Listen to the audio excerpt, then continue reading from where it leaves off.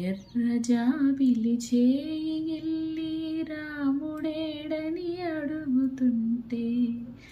చూడలేదని పెదవి చెప్పే చెప్పలేమని మనసు చెప్పే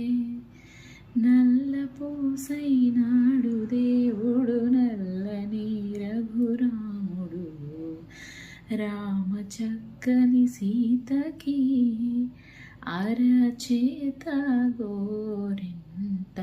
ఇంత చక్కని చుక్కకి ఇంక ఎవరు మొగుడంట రామ చక్కని సీతకి ఉడత వీపున వేలు విడిచిన పుడమి అల్లుడు రాముడే ఎడమ చేతను శివుని విల్లును ఎత్తిన